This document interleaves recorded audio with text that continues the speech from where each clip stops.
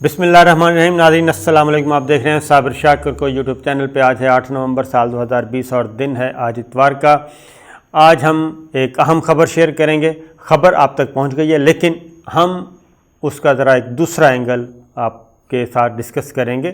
اور خبر آپ تک پہنچ چکی ہے کہ جناب جو بائیڈن جو ہیں وہ امریکہ کے صدر منتخب ہو گئے ہیں اور وہ امریکہ کے 46ویں صدر ہیں جناب جو منتخب ہوئے ہیں. اور انہوں نے شکست دی ہے پریزیڈنٹ ٹرمپ کو. سٹنگ پریزیڈنٹ کو انہوں نے شکست دی ہے اور پریزیڈنٹ ٹرمپ اس طریقے سے صرف اپنا پہلا ٹینیور جو ہے وہ پورا کر سکے اور دوسرا ٹینیور کے لیے وہ منتخب نہیں ہوئے. 1992 کے بعد یعنی آج سے 18 سال پہلے یہ ہوا تھا. 1992 میں بھی یہی ہوا کہ امریکہ کے صدر بش تھے اور وہ اپنا دوسرا ٹینیور نہیں جیت سکے تھے. دوسری ٹرم کے لیے جب ان کا انتخاب ہوا تو وہ شکست کھا گئے اور اس طریقے سے. اور اس وقت بھی ریپبلکن تھے اور ڈیموکریٹس نے ان کو شکست دی تھی.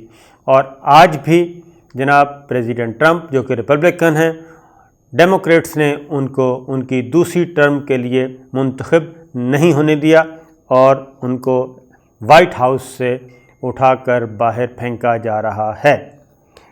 اب اس کے اثرات پاکستان پہ کیا ہوں گے؟ جو بائیڈن جو ہیں ان کے پاکستانی سیاسی جماعتوں کے ساتھ کیسے تعلقات ہیں، یہ ہے ایک اہم موضوع. اور دوسرا، انڈیا کے ساتھ پریزیڈنٹ ٹرمپ اور جو بائیڈن پاکستان کے پوائنٹ آف ویو سے کون سا اچھا رہے گا. اور تیسرا ہے جناب چائنا کے ساتھ جو بائیڈن اور پریزیڈنٹ ٹرمپ ان دونوں کے تعلقات. اب جو بائیڈن کے تعلقات جو چائنا سے ہوں گے وہ پاکستان کو سوٹ کریں گے یا نہیں کریں گے. چوتھا ہوگا کہ ایران کے ساتھ جو بائیڈن کی پالیسی کیا ہوگی. اس لیے ہم ان حوالوں سے آپ سے ڈسکس کریں گے. لیکن سب سے پہلے ذرا تھوڑا سا ایک نظر ڈالتے ہیں جناب الیکشن کمپین کے دوران. پریزیڈنٹ ٹرمپ آپ کو معلوم ہے کہ 4 سال رہے اور عجیب و غریب حرکتیں بھی کرتے رہے اور وہ ایک غیر روایتی سیاستدان کے طور پہ براہ راست وائٹ ہاؤس پہنچے اور پریزیڈنٹ پہلی دفعہ الیکشن لڑا اور صدر منتخب ہو گئے. اور اس دوران انہوں نے کافی مشکل ترین فیصلے بھی کیے. آؤٹ آف دا باکس کھیلنے کی ان کو بہت زیادہ عادت تھی. اور پاکستان میں اگر ان کا دیکھیں تو ان کے جو داماد ہیں پریزیڈنٹ ٹرمپ کے، پاکستانی سیاسی جماعتوں کے ساتھ، سیاسی رہنماؤں کے ساتھ کوئی ورکنگ ریلیشن شپ ایز سچ نہیں تھی. البتہ پاکستان تحریک انصاف کی حکومت آئی اور زلفی بخاری جو کہ پاکستان تحریک انصاف کے بہت ہی اہم رہنما بھی ہیں اور وزیر اعظم عمران خان کے بہت ہی کلوز سمجھے جاتے ہیں، ان کے معاون خصوصی بھی ہیں. زلفی بخاری کے جناب پریزیڈنٹ ٹرمپ کے داماد کے ساتھ بہت اچھے تعلقات، بلکہ بزنس پارٹنر. اور وہاں سے پریزیڈنٹ ٹرمپ تک پہنچنے میں اور ان کے ساتھ تعلقات استوار کرنے میں پاکستان تحریک انصاف کی عمران حکومت کو بہت زیادہ کیا ہوا جناب براہ راست پہلا موقع ملا اور اس طریقے سے ان تک رسائی ہوئی. اور کیونکہ میں آپ کو بتاتا ہوں پریزیڈنٹ ٹرمپ جب الیکشن کمپین کے دوران ہی وہ پاکستان مخالف بیانات دینا شروع ہو گئے تھے اور انہوں نے 2016 کے الیکشن کمپین کی بات کر رہا ہوں، اسی وقت یہ کہنا شروع ہو گیا تھے کہ جناب سیدھے ہو جاؤ، پاکستان ہمارا دوست نہیں ہے. یہ ان کی پہلی کمپین میں 2011 میں یہ ان کی پوسٹ تھی 2011 میں. اور جب یعنی کہ پاکستان کو انہوں نے کس حوالے سے یاد کیا تو 2011 میں ان کا پہلا نقطہ نظر سامنے آیا جس میں انہوں نے کہا کہ پاکستان ہمارا دوست نہیں ہے اور ان کے ساتھ ذرا سختی سے نمٹنا چاہیے. اس کے بعد جناب اسامہ بن لادن کے حوالے سے انہوں نے بات کی اور انہوں نے کہا کہ پاکستان ہم سے معافی کب مانگے گا، یہ بات کی. 2014 میں انہوں نے امریکہ کی عراق، افغانستان اور پاکستان کی خارجہ پالیسی پر بھی سوالات اٹھائے. پھر 2014 میں انہوں نے امریکی وزیر خارجہ جان کیری سے ایران، شمالی کوریا اور پاکستان کی جوہری صلاحیتوں پر استفسار کیا، یہ بھی انہوں نے کیا جناب. اس کے بعد انتخابی مہم میں بھی 2016 کی جو انتخابی مہم ہے اس میں بھی انہوں نے پاکستان کے بارے میں ہمیشہ پاکستان کو منفی طور پر ہی یاد کیا، اور اس کے بعد جب وہ صدر منتخب ہو گئے تو انہوں نے 3 ماہ بعد جناب صدر بننے کے بعد انہوں نے یہ کہا تھا کہ میں روس، چین، پاکستان اور تمام وہ ممالک جن کے پاس جوہری ہتھیار ہیں ان سے کہتا ہوں کہ وہ ان سے نجات حاصل کریں۔ یہ پہلی دھمکی۔ اسی طریقے سے انہوں نے خاص طور پہ افغانستان کے حوالے سے پاکستان کا بہت ہی ہمیشہ منفی طور پہ ذکر کیا، اور افغانستان میں جتنی بھی ناکامیاں تھیں، دہشت گردی تھی، اس کو پاکستان کا ذمہ دار گردانتے رہے۔ پھر ایک ٹویٹ ان کی بہت ہی زیادہ خوفناک تھی، پاکستان کے خلاف تھی، اور اس میں انہوں نے کہا کہ امریکہ نے 15 برسوں میں پاکستان کو $33 ارب کی امداد احمقانہ انداز میں دی، اور ہمارے لیڈروں کو بیوقوف سمجھتے ہوئے انہوں نے ہمیں جھوٹ اور دھوکہ کے علاوہ کچھ نہیں دیا۔ انہوں نے ان دہشت گردوں کو پناہ دی جنہیں ہم افغانستان میں پکڑنا چاہتے تھے۔ تو یہ جناب، اور اس پہ ہمیشہ شادیانے بجائے گئے انڈیا کی طرف سے۔ پھر انہوں نے کہا کہ جو اسامہ بن لادن پاکستان میں ایک مینشن میں رہ رہا تھا، وہ ملٹری اکیڈمی کے قریب رہ رہا تھا، ہم انہیں $1.25 ارب سالانہ دے رہے تھے، میں نے یہ رقم بند کر دی کیونکہ وہ ہمارے لیے کچھ نہیں کر رہے تھے۔ یہ ٹرمپ نے کیا جناب ہمارے لیے، اور بہت جناب ہمیں آڑے ہاتھوں لیتے رہے۔ پھر پلوامہ حملہ اور فضائی حملہ ہوا، اس کے بعد ٹرمپ کی ٹون چینج ہوئی، اور پھر اچھے باتیں آنا شروع ہو گئیں۔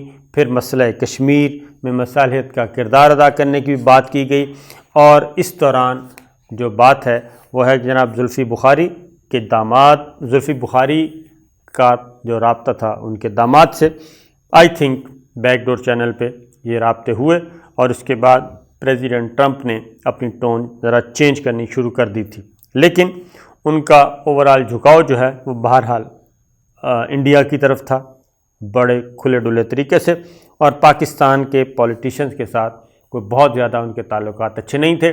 اور اسی طریقے سے جو پہلا سال تھا اقوام متحدہ کی جنرل اسمبلی میں خطاب کرنا تھا 2018 میں، اس میں وزیر اعظم عمران خان محض اس لیے نہیں گئے تھے کہ پریزیڈنٹ ٹرمپ کے ساتھ کوئی ناخوشگوار واقعہ ان کی ملاقات کے دوران پیش نہ آ جائے، لہٰذا وہ اس وقت گئے جب تعلقات استوار ہو چکے تھے۔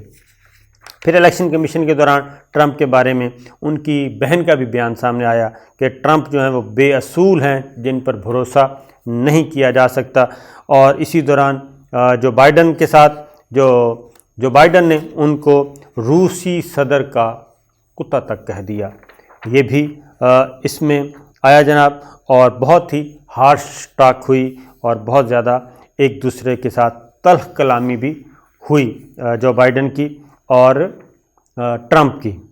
یہ اس کے بعد اب آتے ہیں جناب ذرا تھوڑی سی بہتر خبروں کی طرف، یعنی کہ یہ تو ایک اور چیز بھی بتا دوں کہ پریزیڈنٹ ٹرمپ نے ایک اور کام بھی کیا۔ انہوں نے واضح طور پہ یہ کہا کہ بشار الاسد، جو کہ آپ کو معلوم ہے کہ شام کے سربراہ ہیں، بشار الاسد کے بارے میں انہوں نے کہا جی کہ میں ان کو قتل کروانا چاہتا تھا، لیکن جیمس میٹس نے ایسا کرنے سے مجھے منع کر دیا۔ یہ انکشاف انہوں نے 2017 کے دوران کیا جناب کہ وہ شام کے صدر بشار الاسد کو مروانا چاہتے تھے، لیکن اس وقت کے امریکی وزیر دفاع جیمس میٹس نے مجھے ایسا کرنے سے منع کر دیا۔ یہ پریزیڈنٹ ٹرمپ ہیں جناب، جو کہ اپنے 4 سالہ دور میں زبردست طریقے سے اپنا دور گزارتے رہے۔ اور پھر جناب آتا ہے، پھر انہوں نے مسلمانوں پہ پابندیاں بھی لگائیں، سفری پابندیاں بھی لگائیں، مسلمان ملکوں پہ بھی اور مسلمانوں پہ بھی۔ اب آتے ہیں جو بائیڈن کی طرف۔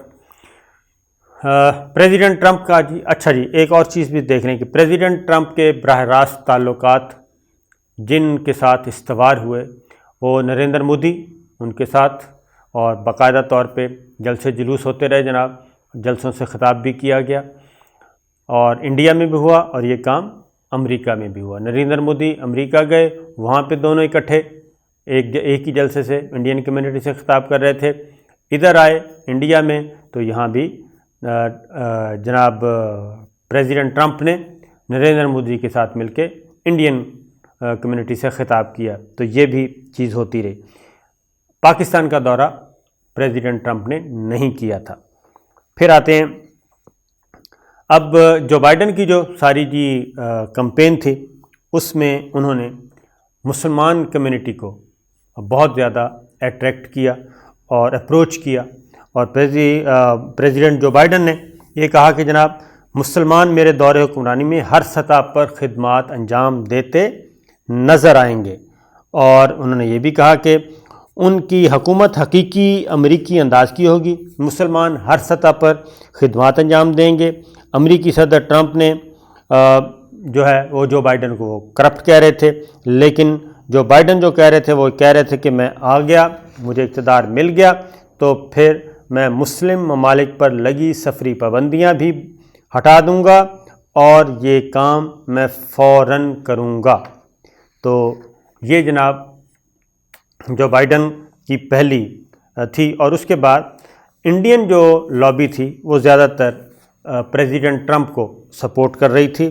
انڈین سٹیزنز بھی امریکہ کے انتخابات میں میجورٹی جو ہے وہ انہی کو سپورٹ کر رہی تھی، اور اس میں یہ آپ کو ایک دو چیزیں میں بتا دیتا ہوں، اس سے آپ کو اندازہ ہو جائے گا کہ کیگواڈ جو ہیں ایک وہ یہ فرماتے ہیں کہ کیگواڈ کو یقین ہے کہ جس طرح ریپبلکن جماعت انڈین امریکی برادری کی جانب ہاتھ بڑھا رہی ہے، 3 نومبر کے انتخاب کے بعد اس کے اثرات گہرے مرتب ہوں گے، لیکن جناب ان کا کینڈیڈیٹ جو ہے وہ پریزیڈنٹ ٹرمپ وہ ہار گئے۔ لیکن اب آتے ہیں جو بائیڈن۔ ایک اور چیز بھی میں آپ کو بتا دوں کہ جب سے پتہ چل رہا ہے کہ جو بائیڈن پریزیڈنٹ بن رہے ہیں، ڈالر مسلسل گر رہا ہے۔ اس کی وجہ کوئی بھی ہو سکتی ہے، کیونکہ یہ عالمی ذرائع ابلاغ اس کے بارے میں خبریں بھی دے رہے ہیں کہ جناب بائیڈن کے وائٹ ہاؤس کی طرف بڑھتے قدموں کے ساتھ ڈالر کی جو قدر ہے وہ کم ہوتی جا رہی ہے، اور ڈالر 6 ماہ کی کم ترین سطح پہ آیا ہوا ہے۔ اور اس کے اثرات کیا ہیں؟ اس کے اثرات وہ کہتے ہیں کہ جو بائیڈن، ایک تو یہ ہے کہ غیر یقینی کی صورت، جو پریزیڈنٹ ٹرمپ کی جو اس وقت کہہ رہے ہیں کہ وہ ہلہ گلا کریں گے، دنگا فساد کریں گے، وہ اپنے لوگوں کو ابھار رہے ہیں، اور اس وقت انتہائی کیا کہنا چاہیے فساد پھوٹے ہوئے ہیں امریکہ میں، اور دونوں پارٹیوں کے ورکرز حمایتی آمنے سامنے ہیں، اور جلاؤ گھراؤ بھی ہو رہا ہے، اس میں کوئی شک نہیں ہے، اور لا اینڈ آرڈر کی سچویشن خراب ہے۔ اور یہ معاملہ چونکہ انتقال اقتدار ہونا ہے جنوری میں، تو نومبر سے جنوری تک ایسے ہی حالات رہیں گے، کیونکہ پریزیڈنٹ ٹرمپ شکست تسلیم کرنے کے لیے تیار نہیں، اور انہوں نے نتائج کو مسترد کر دیا ہے، اور اسی وجہ سے جو ڈالر ہے وہ مسلسل گر رہا ہے۔ اور یہ عالمی ذرائع ابلاغ کی ہی ایک رپورٹ ہے جناب کہ توقع کی جا رہی ہے کہ بائیڈن انتظامیہ نرم تجارتی پالیسیاں اپنائے گی، جس سے دنیا کی دیگر کرنسیوں کے مقابلے میں ڈالر کی قدر میں کمی واقع ہوگی، جہاں ٹرمپ انتظامیہ کے دور میں ان ممالک کو ٹیرف کے خطرات کا سامنا رہتا تھا۔ یہ ایک یوان جو ہے وہ 2 سال کی بلند ترین سطح پہ آ گیا ہے، جہاں $1 6.638 یوان کا ہو گیا ہے، اور بائیڈن کی فتح کی صورت میں تجارتی مارکیٹ میں چین کی کرنسی میں بھی اضافے کا امکان ہے۔ یہ عالمی ذرائع ابلاغ رپورٹ کر رہے ہیں کہ ڈالر نیچے جائے گا، اور یوان اور دیگر کرنسی جو ہیں، یورو جو ہے وہ سٹیبل ہوگا۔ اب جو بائیڈن جو پریزیڈنٹ ٹرمپ کی مقبولیت اپنی جگہ، لیکن جو بائیڈن امریکہ کی تاریخ کے سب سے زیادہ ووٹ لینے والے صدارتی امیدوار بن گئے ہیں، یعنی کہ امریکہ کی تاریخ میں سب سے زیادہ ووٹ جو بائیڈن نے لیے، اور یہ ووٹ ہیں جناب تقریباً 6.90 کروڑ سے زائد ووٹ ہیں، یعنی آپ کہہ سکتے ہیں 7 کروڑ کے قریب ووٹ انہوں نے لیے ہیں جو بائیڈن نے۔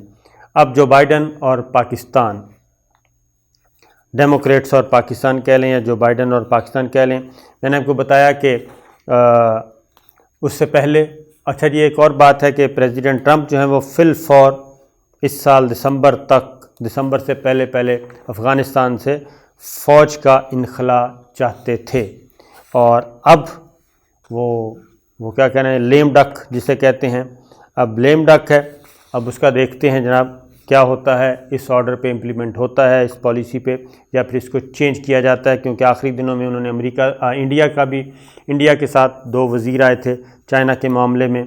اب چائنا کے ساتھ بہت زیادہ تناؤ بڑھتا جا رہا تھا امریکہ کا، لیکن اب کہا جا رہا ہے کہ جو بائیڈن کے آنے سے اس تناؤ میں کمی آ سکتی ہے، اور معاملات جو پوائنٹ آف نو ریٹرن کی طرف جا رہے تھے شاید اب اس طرف نہ جائیں. اور جو بائیڈن کے تعلقات پاکستان پیپلز پارٹی کے ساتھ بہت اچھے ہیں، یعنی کہ پرسنل لیول کے، ایک دوسرے کو جانتے ہیں. صدر اوباما کے دور میں، 8 سالہ دور میں، یہ نائب صدر کے طور پہ ان کے رہے ہیں جناب اوباما کی ٹیم کے، اور امریکہ کے نائب صدر کے طور پہ 8 سال اپنے فرائض سر انجام دیتے رہے ہیں.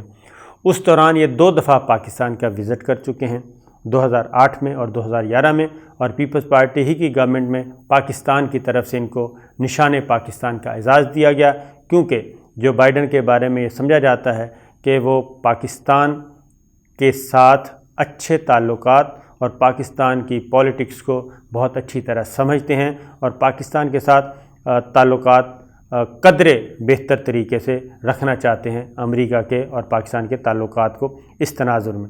اور ایک وہ یعنی کہ اور یہ پاکستان کے حامیوں میں سمجھے جاتے تھے. ان کی میں نے 2-3 سپیچز بھی سنی، پریس ٹاکس بھی سنی، تو اس میں بڑے ہمبل وے سے تنقید بھی کرتے تھے، تو بڑے اچھے الفاظ کا چناؤ کرتے تھے، پاکستان کا دوست بن کے گفتگو کرتے تھے. اسی طریقے سے اوباما کے دور میں ہی نواز شریف صاحب آخری دنوں میں جناب وزٹ کیا تھا، اور نواز شریف یعنی کہ مسلم لیگ نواز کی لیڈرشپ کے ساتھ بھی ان کے تعلقات بہرحال موجود ہیں. تو جناب یہ اب پاکستان تحریک انصاف عمران خان کی گورنمنٹ کو، عمران خان کی انتظامیہ کو جو بائیڈن کے ساتھ تعلقات استوار کرنے میں تھوڑا سا ٹائم لگے گا، جبکہ پیپلز پارٹی بہت زیادہ خوش نظر آ رہی ہے، اور ابھی تک شریف فیملی کی طرف سے، مسلم لیگ نواز کی طرف سے ابھی ایسا کوئی رد عمل سامنے نہیں آیا. ان کے بہرحال تعلقات جو ہیں وہ ڈیموکریٹس کے ساتھ بہتر رہے ہیں. تو یہ ہے، اور اب یہ ہے سچویشن ایران کے ساتھ بھی جی، جو بائیڈن کے بارے میں کہا جا رہا ہے کہ ایران کے بارے میں بھی جو سخت گیری ہے، سخت رویہ تھا ٹرمپ انتظامیہ کا، وہ شاید اب نہ رہے.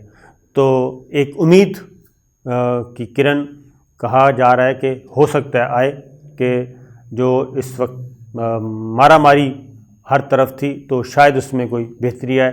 لیکن دوسری جانب جب ہم دیکھتے ہیں کہ امریکہ کی پالیسیاں جی وہ کوئی آنن فانن نہیں بدلتی، کیونکہ پریزیڈنٹ آتے رہتے ہیں، جاتے رہتے ہیں، اور باقی دنیا کی طرح امریکہ میں بھی جو قیادت کا چناؤ ہے اس سے کوئی فرق نہیں پڑتا. جس طرح کے حالات چاہیے ہوتے ہیں، جس طرف امریکہ کا رخ کرنا ہوتا ہے، امریکی پالیسیوں کو موڑنا ہوتا ہے، اسی طرح کی لیڈرشپ ہم دیکھتے ہیں کہ امریکہ میں آ جاتی ہے، اور پھر پولیٹیکل لیڈرشپ سے امریکن اسٹیبلشمنٹ کچھ کام کرواتی ہے. جب وہ کام پورے ہو جاتے ہیں تو ایک نیا چہرہ آ جاتا ہے، اور اسی لیے 2 دفعہ سے زائد وہاں پہ کوئی بھی صدر نہیں بن سکتا. زیادہ سے زیادہ 2 دفعہ کوئی شخص صدر بن سکتا ہے، اور تیسری ٹرم کا وہاں پہ کوئی رواج نہیں ہے. تو اسی لیے وہاں پہ فیس بدلتے رہتے ہیں. پیچھے امریکن اسٹیبلشمنٹ جو ہے، پینٹاگون، CIA، تمام کے تمام وہ ایک مستقل ریاست کے طور پہ وہ اپنا کام کرتے رہتے ہیں.